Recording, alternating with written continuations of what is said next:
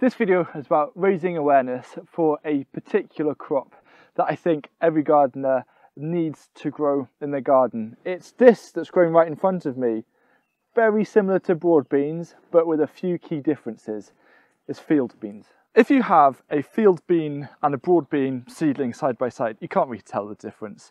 The difference is down to the actual pod and the seed. Field beans are much smaller than the broad bean kind of counterparts. Yes, they come under the same family, it's just two different varieties.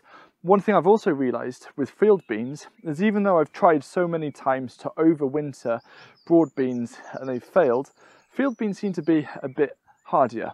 Now they're grown mainly as a cover crop, but I think field beans taste delicious. They kind of have this amazing kind of nutty, pea-like, broad bean-like flavour that all combines into one, and it's rather a delicacy. Because field beans are traditionally grown as a cover crop, it means that unlike broad beans, their seeds are really cheap.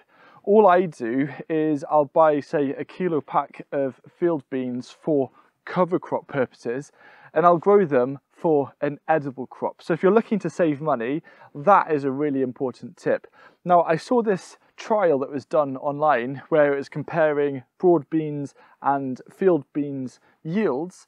Now, even though the beans of field beans are smaller than broad beans, they produce a lot more, and they're around twice as productive in bean weight per plant compared to broad beans at around 157 grams per plant, compared to broad beans at 75 grams per plant. Now, this is one trial, but from my personal experience, I've been very impressed by how productive field beans are in comparison to broad beans, which is why I'm actually phasing out broad beans. Now, one downside is you will need to spend more time podding, but that's something that I quite like to do when I'm watching a film or a show, just kind of getting on with some podding, kind of quite a nice passive thing to do.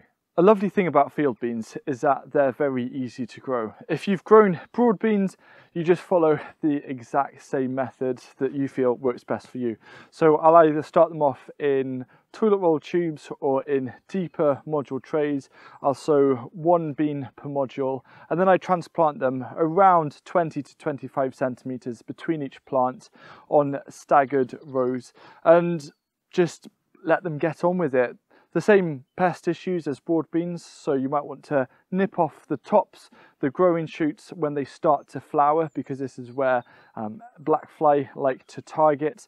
But apart from that, it really is straightforward.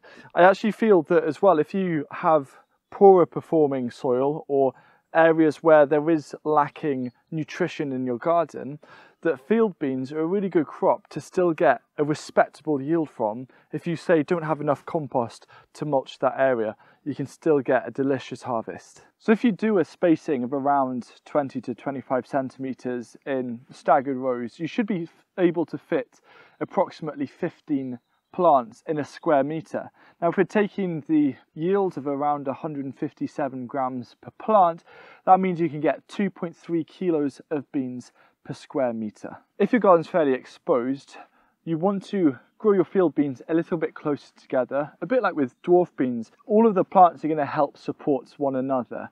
Now, if it gets particularly bad, you can just put in some sticks around and tie some string around it just to create a really simple support structure.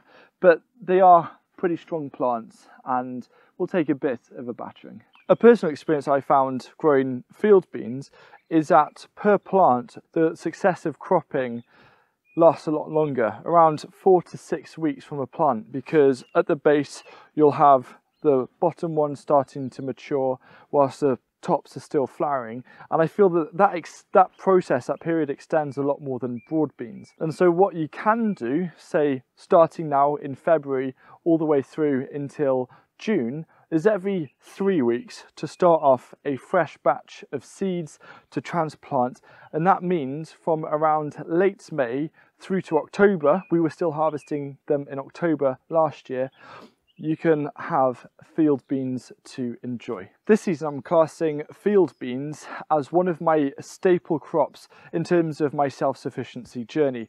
And if you're looking for other things to start off in February that are going to feed you and help you become more self-sufficient and save money, this video right here is going to give you a load of ideas.